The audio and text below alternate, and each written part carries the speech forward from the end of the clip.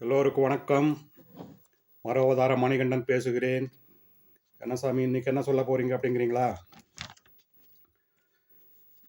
இதுக்கு முன்பு ஒரு வீடியோ ஒன்று வெளியிட்டிருந்தேன். திராவிட கட்சிக்கு ஓட்டளித்த முட்டாள்களுக்கு கூறியிருந்தேன். தமிழ்நாடு ஏற்கனவே சுடுகாடு ஆகிவிட்டது, மேலும் சுடுகாடம் ஆகும் என்று கூறியிருந்தேன்.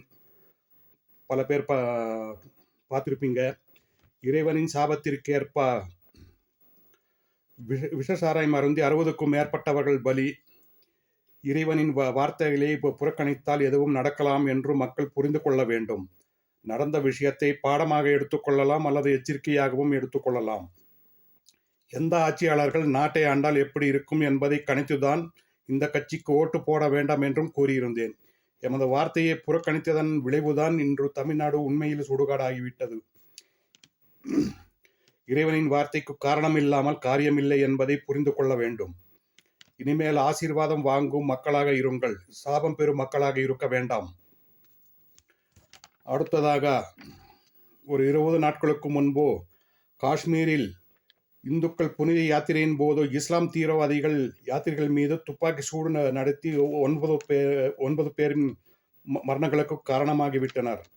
பல இஸ்லாமியர்கள் ஆனந்த நடனமாக ஆடியிருப்பார்கள் என்று நினைக்கிறேன். அதே போல ஹஜ் புனித பயணத்தில் 1000க்கும் மேற்பட்டவர்கள் இஸ்லாமியர்கள் இறந்தது பாடமாக எடுத்துக்கொள்ள வேண்டும் அல்லது எச்சரிக்கையாகவும் எடுத்துக்கொள்ள வேண்டும். தான் ஒன்று நினைக்க தெய்வம் ஒன்று நினைக்கும் என்பதை இஸ்லாமியர்கள் புரிந்து கொள்ள வேண்டும்.